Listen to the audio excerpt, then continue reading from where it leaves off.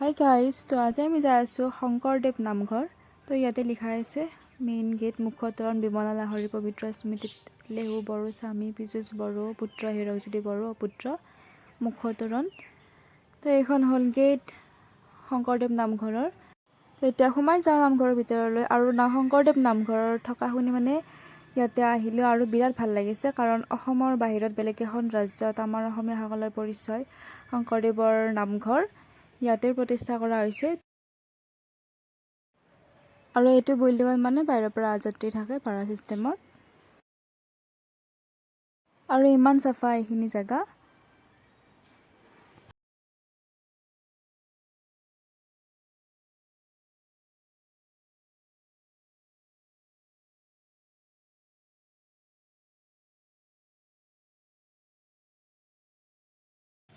এতিয়া আমাৰ নামঘৰ চোৱা হোৱাৰ পিছত আমি অলপ বেলেগ ঠাইলৈ আহিছোঁ, মানে বজাৰ অলপ কৰিব আছে, তো বজাৰলৈ আহিছোঁ।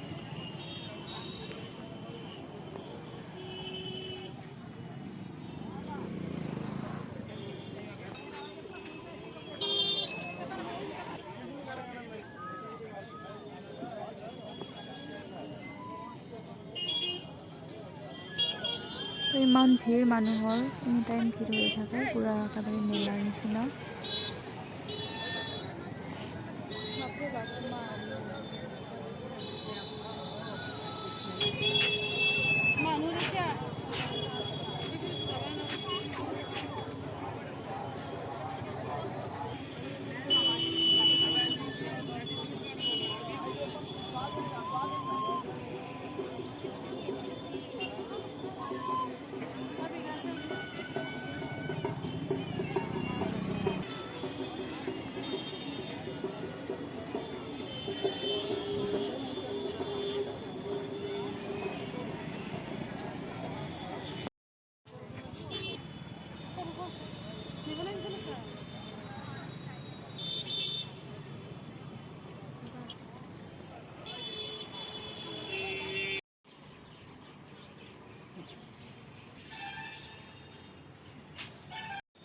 আৰু এইফালে ফ্ৰুইটছ ল'ব সোমাইছে মাই। তো এইফালে দেখিছেনে, এইটো এটা ফেমিলি, ইমান মৰম লগা কৈ আছে, সেইটো মৰম কৰি আছে। ইয়াতে মানে গৰুবোৰ এনেকৈ বান্ধি নথয়, পূৰা সলাই থাকে, একদম ফ্ৰীডম আৰু ইহঁতৰ। আৰু ইমান ধুনীয়া স্বাস্থ্য পাতি।